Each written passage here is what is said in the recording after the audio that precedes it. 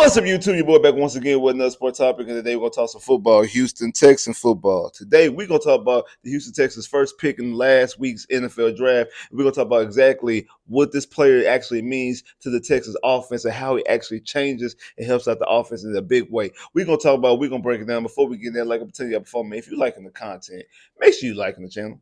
Make sure you're watching all the videos, you liking all the videos, you commenting on all the videos, you sharing all the videos on all social media platforms. Instagram, Twitter, Facebook, TikTok, Snapchat, any type of social media platform you use. Make sure you share it on the same social media platforms. Also, follow me on social media as well. The link in the description below. We still trying to get this channel growing and growing and growing. I can't do that without y'all help. So you know what that means? I mean, I need y'all to do y'all part. It means I need you to tell a friend, to tell a friend, to tell a friend, so they could tell a friend, so they could tell a friend, so they could tell some more friends, and put them on game and get this channel growing and growing and growing and growing. Really, really appreciate that. Now, let's talk about it. With the 34th pick in the 2025 NFL Draft, the Houston Texans select Jayden Higgins, wide receiver out of Iowa State.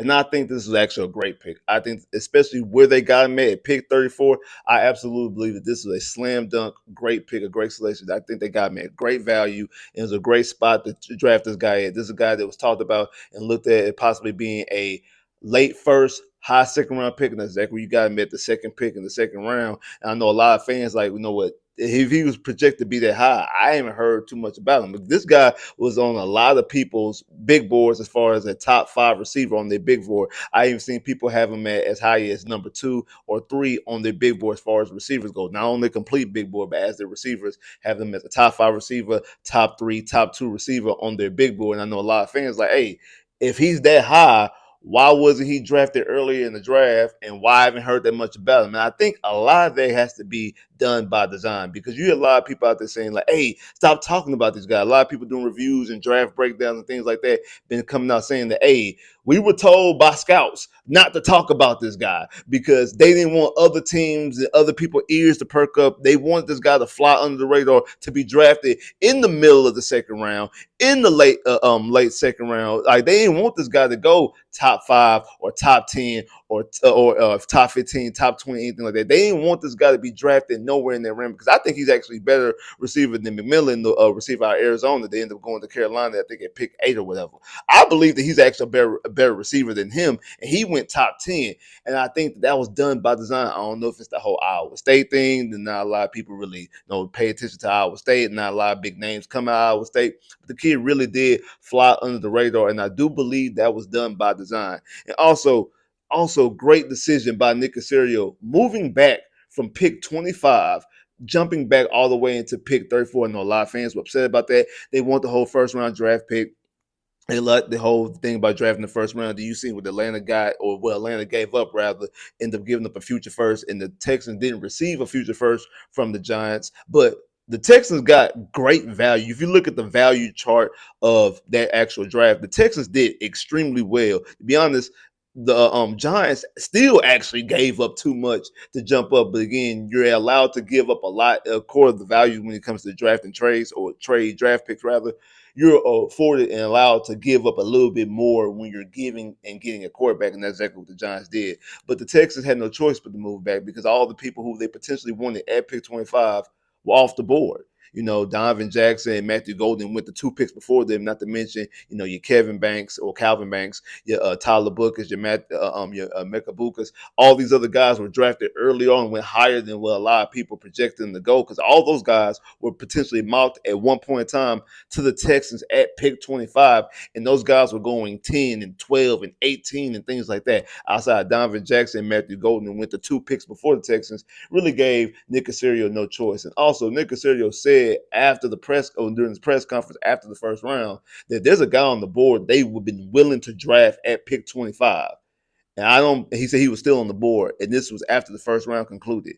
I don't believe it's the linebackers that the Cleveland took at pick 33. I absolutely believe there is this receiver, Jayden Higgins, out of Iowa State. And when you look at this tape and when you watch him play, again, you really see why, and you say, hey, this is an actual special weapon on the outside to help complement Nico Collins in this offense. But let's talk about it. Like I said, Jayden Higgins, 6'4", 214 pounds, ran a 4.47 in the 40.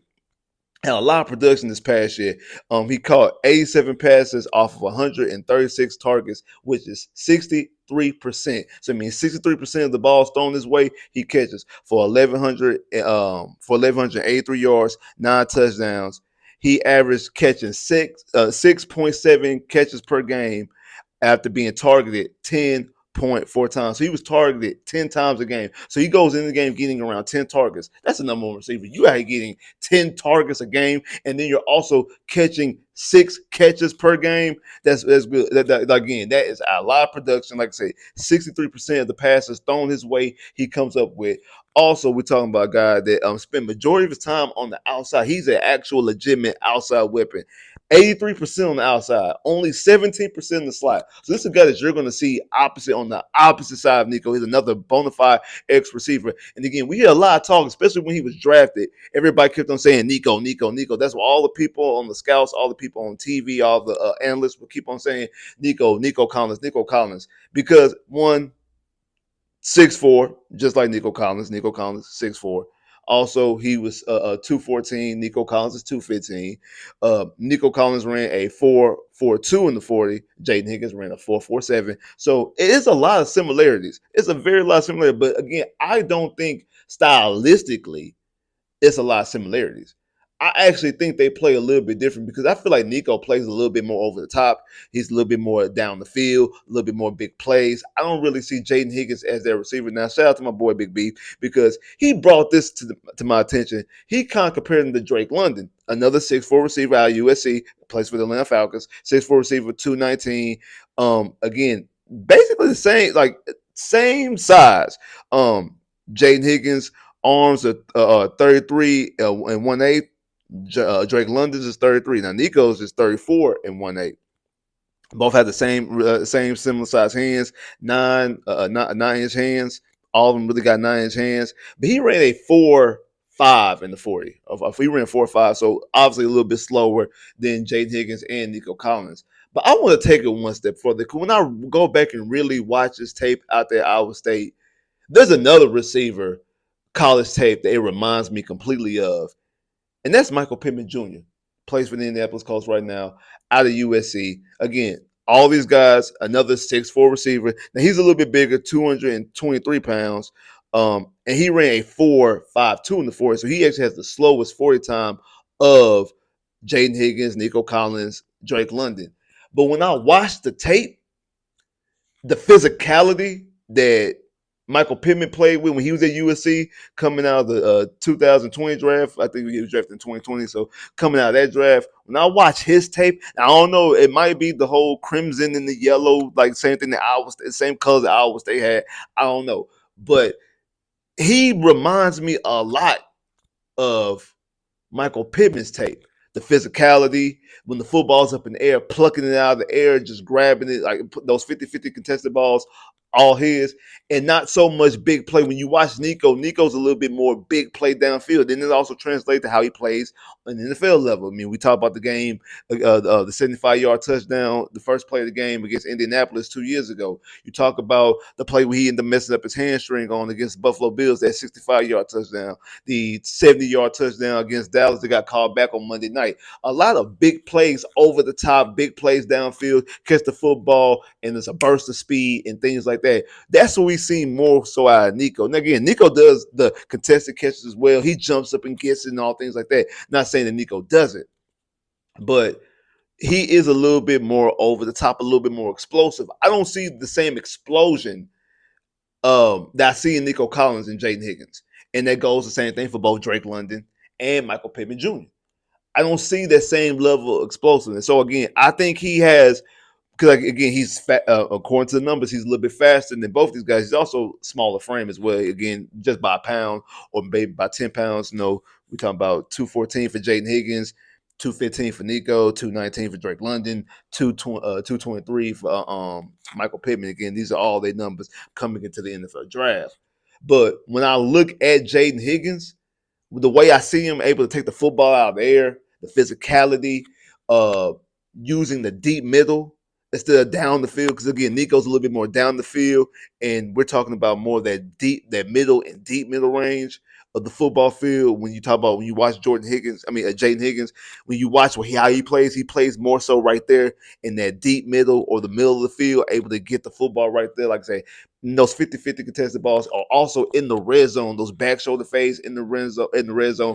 And that's why I really think that this is going to pay huge dividends. Because again, originally, I'm gonna be the first one, because again, I ain't want to play. I know people said some things about, hey, maybe if Terry McMillan falls, would you draft him? Was another one. I think Trey Harris was another one from our Ole Miss. Would you want this type of receiver? And I'm like, no, I really wanted a more shiftier, speedier guy. That's why I wanted a Matthew Golden or a Mekabuka or Burton the third. I wanted some more of those guys.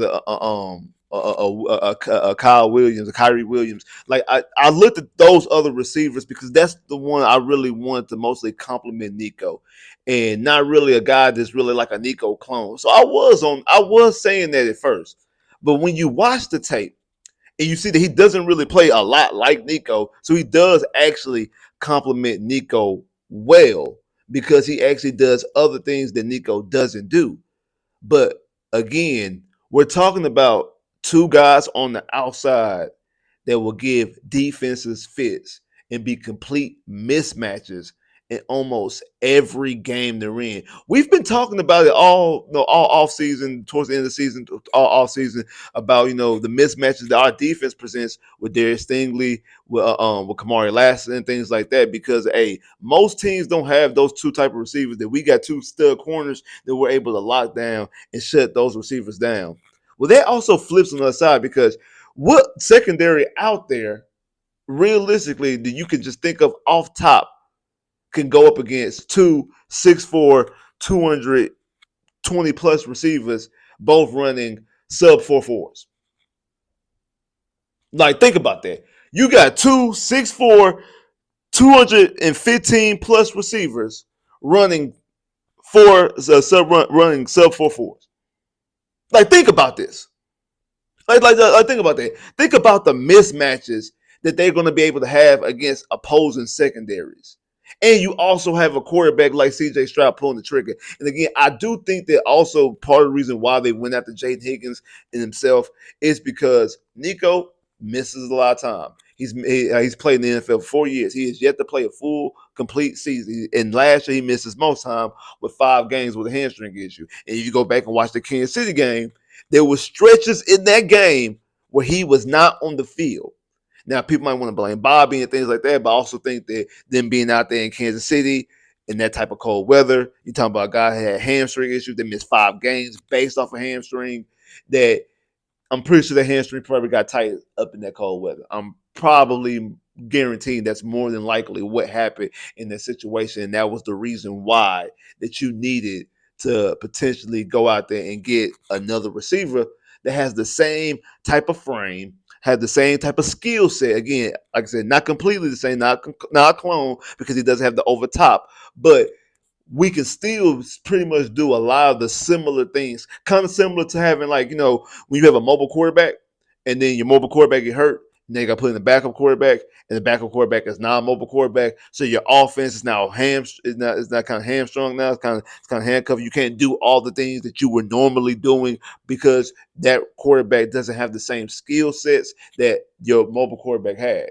Kind of the same thing. Once Nico is not on the field, now you no longer have those same type of attributes and those same type of size things that you had with this with 6'4", 215 plus receiver that can run a sub 4.4. You don't have those attributes anymore when Nico Collins is now on the field. Again, you had Stephon Diggs, you had Tank Dell, but you didn't have Nico Collins. So you couldn't do what you normally were doing. Now, again, I understand it's a different offense. It's not Bobby Sole offense. But I do think that Nick Caley probably looked at this, and probably D'Amico Ryans and Nick Caserio as well. Now, because again, these are still the guys, because Jayden Higgins doesn't get drafted if both D'Amico Ryans and obviously Nick Caserio didn't want him. And it didn't matter what Nick Caley wanted. If D'Amico and Nick didn't want him, he wouldn't be a Houston Texan.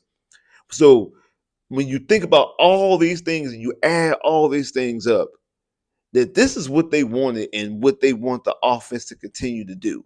And they want a player like that on the outside able to do that. And then when you have both of them on the field, how huge dividends they pay off and exactly what they can do and how dangerous this passing attack is, especially when you add in who they acquired in the offseason in the slot and also who they drafted just one round later in the slot, makes this offense a completely different offense and a completely dangerous passing attack in the NFL. Hey, better get ready. The NFL better get ready. I know we hyped it and we talked about it last year. This here, this one here a little different. Like, subscribe if you haven't, comment below if you haven't, click that bell, get more videos. I holla.